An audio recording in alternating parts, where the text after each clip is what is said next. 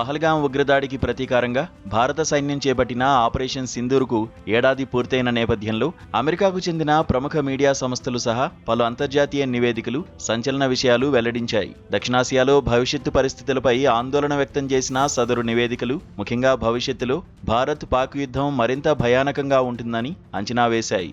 ఇరు దేశాల 2025 మే నెలలో జరిగిన ఆ ఘర్షణను నాన్ కాంటాక్ట్ వార్ఫేర్ అంటే నేరుగా సైనికులు తలపడని యుద్ధంగా నివేదిక అభివర్ణించింది. ఆ 4 రోజుల్లో భారత్ తన అత్యాధునిక వైమానిక బలంతో పాకిస్తాన్లోని 11 ఎయిర్ బేసులపై విరుచుకుపడగా పాక్ దాదాపు 1000 డ్రోన్లు క్షిపణులను ప్రయోగించిందని గుర్తు చేసింది. వీటిని భారత్ తన మల్టీలేయర్ ఎయిర్ డిఫెన్స్ సిస్టమ్ ద్వారా సమర్థవంతంగా అడ్డుకుంది.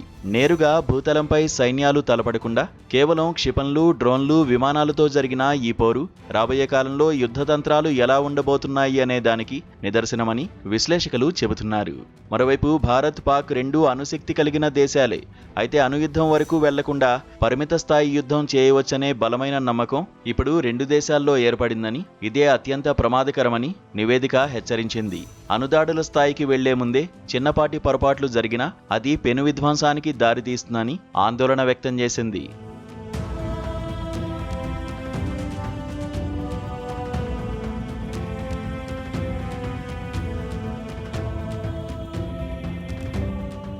కేవలం సరిహద్దు ఉగ్రవాదమే కాకుండా ఇప్పుడు సింధు నదీ జలాల ఒప్పందం కూడా ఉద్రిక్తతలకు కేంద్ర బిందువుగా మారే అవకాశముందని నివేదిక అంచనా వేసింది. భారత్ ఈ ఒప్పందాన్ని రద్దు చేయకపోవడంపై పాక్ ఆగ్రహంగా ఉందని చెప్పింది. పాకిస్తాన్ వ్యవసాయం 80% ఈ నదీ పరివాహక ప్రాంతంపైనే ఆధారపడి ఉండడంతో నీటిని నిలిపివేయడాన్ని పాక్ యుద్ధచర్యగా భావిస్తామని హెచ్చరించింది. ప్రస్తుతం రెండు దేశాలు గతేడాది యుద్ధంలో తమ బలహీనతలను విశ్లేషించుకుంటూ తదుపరి రౌండ్కు సిద్ధమవుతున్నాయని సదరు నివేదిక పేర్కొంది.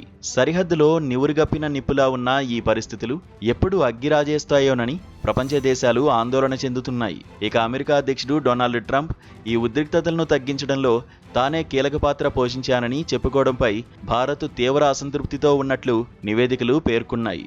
భారత రాజకీయ సంస్కృతిలో స్వయం ప్రతిపత్తి, సార్వభౌమాధికారానికి అత్యంత ప్రాముఖ్యత ఉంటుందని, అందుకే ట్రంప్ చేస్తున్న వాదనలను ఆ దేశం తీవ్రంగా ఖండిస్తోందని పేర్కొంది. ఇదే కొనసాగితే భవిష్యత్తులో భారత్, పాక్ మధ్య సంక్షోభం తలెత్తితే మధ్యవర్తిత్వం వహించే విషయంలో అమెరికాకు ఇబ్బందిగా మారుతుందని విశ్లేషకులు అభిప్రాయపడుతున్నారు.